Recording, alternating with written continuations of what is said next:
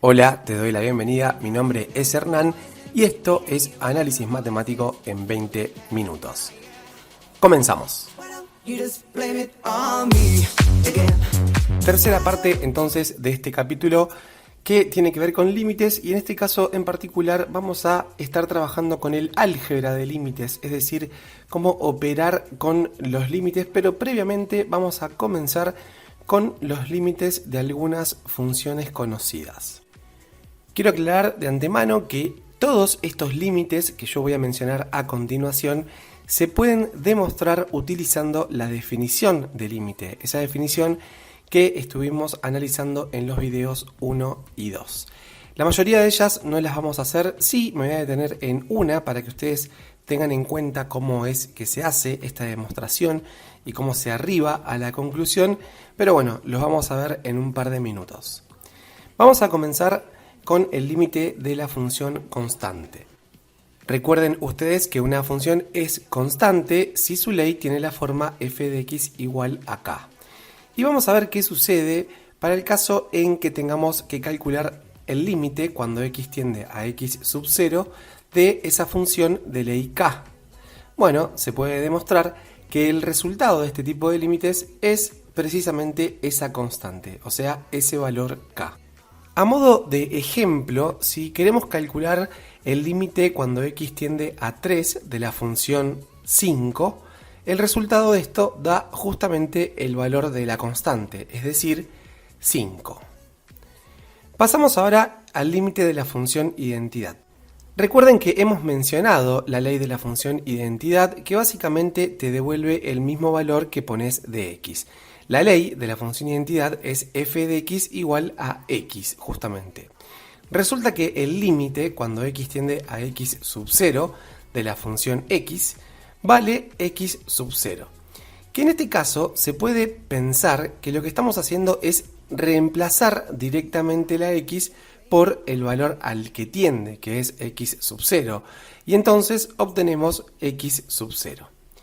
Esto va a suceder en bastante cantidad de límites, pero ojo, porque recuerden que conceptualmente calcular un límite es justamente una cosa totalmente diferente a reemplazar a la función en un punto. La diferencia es que si se puede hacer, lo vamos a hacer porque vamos a aprovechar esa ventaja. Pero bueno, a esto lo voy a estar recalcando varias veces durante este video. Así, por ejemplo, el límite cuando x tiende a menos 4 de la función x da como resultado, y vamos a decir entre comillas, reemplazar el valor al que tiende la x en la forma de la ley. O sea, vamos a reemplazar la x por menos 4 y vamos a obtener menos 4. Lo mismo sucede con el límite de la función afín. La función afín era aquella que tenía como ley f de x igual a por x más b y que hemos estudiado en el video de clasificación de funciones en el capítulo 2. Puede probarse que el límite cuando x tiende a x sub 0 de la función de ley a por x más b es igual a por x sub 0 más b. Noten nuevamente que lo que estamos haciendo es reemplazar en la ley de la función la x por el valor al que tiende, que es x sub 0. Y repito, es como si estuviéramos calculando la imagen, pero quiero recalcar que calcular un límite no es calcular la imagen, sino calcular los valores a los que tienden las imágenes cuando me acerco al valor x sub 0. Así que tomando este ejemplo, el límite cuando x tiende a 3 de la función de ley igual a 2x menos 5, lo vamos a calcular reemplazando en la ley de la función la x por 3. Vamos a tener 2 por 3 menos 5 y esto nos da como resultado 1. O sea que el valor de este límite es 1. Vamos a detenernos un momentito en este tipo de límite. Y te quiero decir que si querés continuar con los límites de funciones conocidas, podés adelantar directamente al minuto que aparece en la pantalla. Lo que yo voy a hacer ahora es demostrar por qué en la función afín el límite cuando x tiende a x sub 0 se puede calcular directamente reemplazando en la ley la x por x sub 0. Vamos a hacer entonces la demostración. Para ello voy a considerar la función de ley f de x igual a por x más b y voy a tener en cuenta, en este caso, voy a hacer esta consideración, vamos a tomar la pendiente positiva, es decir, lo voy a hacer para a mayor que 0. La gráfica entonces de una función de este tipo es una recta creciente como la que estamos mostrando en la pantalla. Vamos a considerar este valor x sub 0, que es al cual las x van a tender para calcular el límite, y acá vamos a marcar el valor del límite que, como les había dicho, daba a por x sub 0 más b. Y eso es lo que tenemos que probar. Recuerden entonces que en la dinámica de la definición de límite lo que estamos diciendo es lo siguiente. Si yo establezco un epsilon como el que estamos mostrando, este determina un entorno ordinario vertical alrededor del valor a por x sub 0 más b, ese va a ser su centro y epsilon va a ser su radio. De allí vamos a extender dos líneas horizontales hasta encontrar la gráfica de la función. Desde allí vamos a extender dos líneas verticales hasta toparnos con el eje X y eso nos va a permitir definir dos distancias de las cuales recuerden que nos vamos a quedar con la menor de ellas. Justo en el caso de la función afín es el caso en el que estas distancias son de la misma longitud. Así que ahí tenemos el valor delta que nos va a servir, recuerden, para marcar este entorno reducido sobre el eje X que tiene centro X sub 0 y radio delta. Una vez que tenemos esto, vamos a sombrear esta región y recuerden que según la definición de límite, cuando tomemos a cualquier x que esté en el entorno reducido y en el dominio de la función, por ejemplo este, y busquemos su imagen, f de x, esta va a caer en el entorno vertical. Bueno, muy bien, hasta ahí nuevamente repasamos el concepto de límite. En la definición lo que se nos está diciendo es que para cualquier epsilon que nosotros elijamos en forma arbitraria, tiene que existir un delta que dependa de él. Vamos a parar hasta ahí, vamos a detenernos en eso que dice la definición y yo les voy a proponer a ustedes un delta, que por cierto quiero aclararles que en este video no les voy a mostrar cómo llegar a ese delta, eso también es parte de la demostración y en este caso es este que vamos a mostrar en la pantalla. Delta igual a epsilon sobre a. ¿Y quién es a? La pendiente de la recta con la que estamos trabajando. Y yo ahora les quiero mostrar que tomando este delta, es decir, epsilon sobre a, fíjense que depende del epsilon que yo tomo, o sea, lo que hago es tomar el epsilon y dividirlo por a partir de este delta voy a demostrar que se cumple la definición de límite. Pero recordemos que lo que decía la definición era que si tomo cualquier x que pertenezca al entorno reducido de centro x sub 0 y radio delta y al dominio de la función, entonces tengo que probar que las imágenes f de x van a pertenecer al entorno de centro L, que es el límite, y radio epsilon. Bien, a esto lo quiero escribir en términos de valor absoluto y recuerden que al valor absoluto lo podíamos interpretar como una distancia, eso lo habíamos visto en uno de los videos del capítulo 1, y fíjense lo siguiente. Si yo quiero que x pertenezca al entorno reducido de centro x sub 0 y radio delta, y además esté en el dominio de la función, esto va a ser lo mismo que decir que estos x que yo voy a tomar van a tener que ser tales que la distancia que tengan a x sub 0 sean menores que el valor delta y mayores que 0. ¿Por qué mayores que 0? Porque el entorno tiene que ser reducido, o sea que no puede ser el valor x sub 0. Así que a eso lo vamos a escribir de la siguiente forma. Valor absoluto de x menos x sub 0, recuerden que esto significaba la distancia de x a x sub 0, mayor que 0 y menor que delta simultáneamente. Vamos a poner el implica, estamos copiándolo de arriba, y ahora vamos a escribir la cuestión siguiente, que f de x pertenezca al entorno de centro L y radio epsilon, significa que las distancias desde las imágenes f de x al valor L, que es el límite, tienen que ser menor que epsilon. Es decir, el valor absoluto de f de x menos L tiene que ser menor que epsilon. Y esto es lo que vamos a tratar de probar. A partir de que el valor absoluto de x menos x sub 0 sea mayor que 0 y menor que delta, tengo que llegar a probar que el valor absoluto de f de x menos L va a ser menor que epsilon. Voy a copiar entonces acá debajo esta primera expresión, que es el antecedente, y vamos a ver si llegamos a demostrar justamente el consecuente. Bien, el hecho de que el valor absoluto de x menos x sub 0 sea mayor que 0 y menor que delta, obviamente provoca que el valor absoluto de x menos x sub 0 sea menor que delta. En realidad estamos diciendo lo mismo, nada más que le estamos sacando la expresión mayor que 0, que no me va a servir. Bien, pero dijimos que el delta que íbamos a considerar en este caso valía epsilon sobre a. Así que vamos a reemplazar en un paso siguiente a delta por epsilon sobre a, y entonces lo anterior implica que el valor absoluto de x menos x sub 0 sea menor que epsilon sobre a.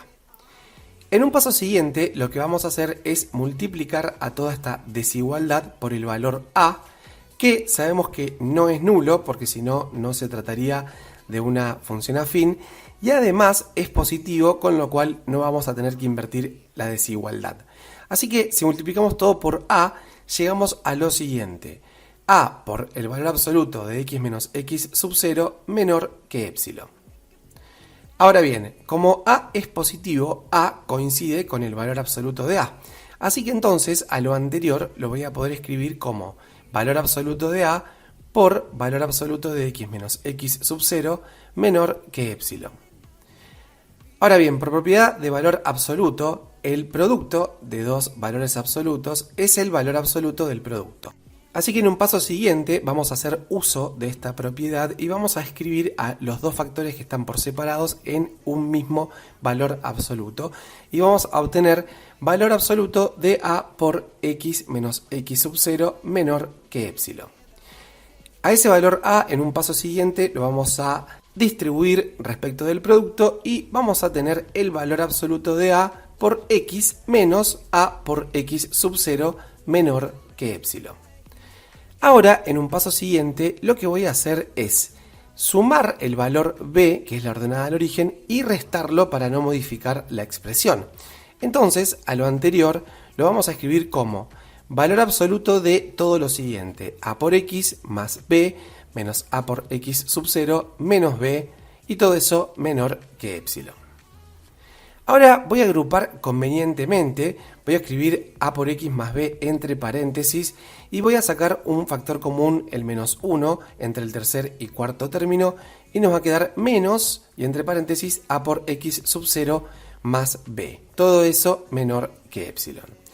Pero ahora quiero que noten lo siguiente: la expresión a por x más b es justamente la ley de la función, es decir, f de x. Y el valor a por x sub 0 más b es justamente el valor del límite, es decir, el valor que teníamos que demostrar que daba este límite.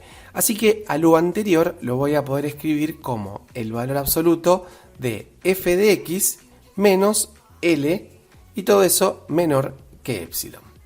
Como pueden observar, a partir de que el valor absoluto de x menos x sub 0 es mayor que 0 y menor que delta, hemos podido demostrar que el valor absoluto de f de x menos L es menor que epsilon. Con lo cual, acá hemos demostrado por definición que el límite de la función afín se calcula de esa forma. Vamos a continuar ahora con el límite de la función potencial. Bueno, también puede demostrarse por definición que el límite cuando x tiende a x sub 0 de una función que tenga la forma x a la n va a ser igual a x sub 0 a la n. Nuevamente consiste en este caso en particular en reemplazar la x por el valor al que tiende. Así, por ejemplo, el límite cuando x tiende a menos 2 de la función de ley x al cubo es igual a menos 2 al cubo, y eso es igual a menos 8.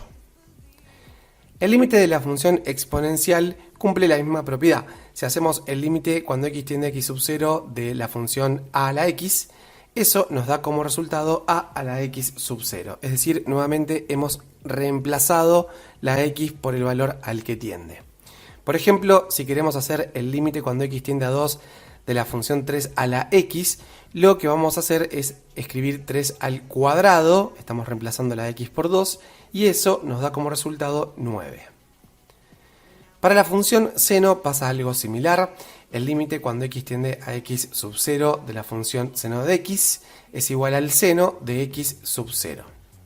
Entonces, por ejemplo, el límite cuando x tiende a pi sobre 4 del seno de x es justamente reemplazar la x por pi sobre 4. El seno de pi sobre 4 es raíz de 2 sobre 2. Y lo mismo pasa para la función coseno. El límite cuando x tiende a x sub 0 del coseno de x es el coseno de x sub 0.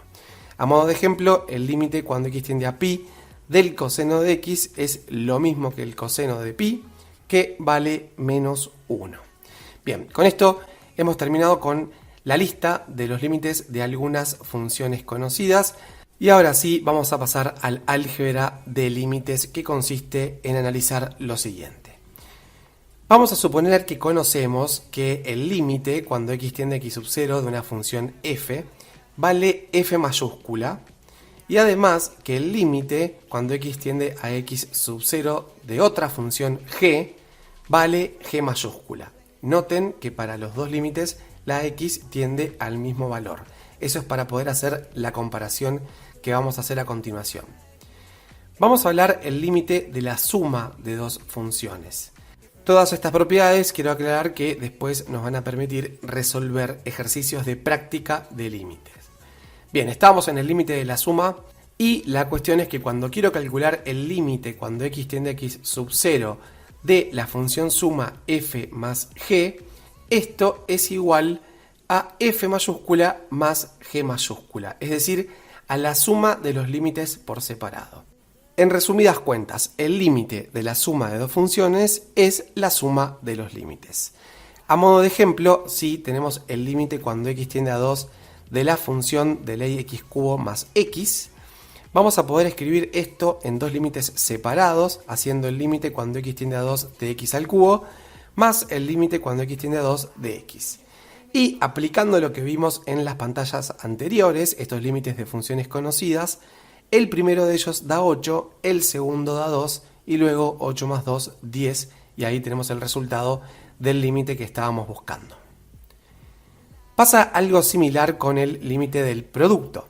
El límite, cuando x tiende a x sub 0 de f por g, da como resultado f mayúscula por g mayúscula. Es decir, el límite del producto de dos funciones es el producto de los límites por separados. Así, por ejemplo, el límite cuando x tiende a pi de la función de ley y igual a x por coseno de x es igual al límite cuando x tiende a pi de x por el límite cuando x tiende a pi del coseno de x. El primer límite da pi, el segundo da menos 1 y el resultado de esto entonces es menos pi. Y ahora vamos a ver el límite del cociente. El límite cuando x tiende a x sub 0 de la expresión f sobre g es igual a f mayúscula sobre g mayúscula, es decir, es igual a la división de los límites. Por supuesto, siempre y cuando esta división tenga sentido, es decir, para todo g distinto de 0. Así, por ejemplo, el límite cuando x tiende a 2 de 2x menos 1 sobre x más 3 se podría resolver haciendo el límite cuando x tiende a 2 de 2x menos 1 dividido el límite cuando x tiende a 2 de x más 3. El límite del numerador da 3, el del denominador da 5, así que el resultado de este límite es 3/5. Ahora vamos a ver cómo se calcula el límite del logaritmo de una función. Si tengo el límite cuando x tiende a x sub 0 del logaritmo en base b de una función f, esto es lo mismo que el logaritmo en base b del valor f mayúscula, que es el límite. Con esto queremos decir que el límite de un logaritmo es el logaritmo del límite.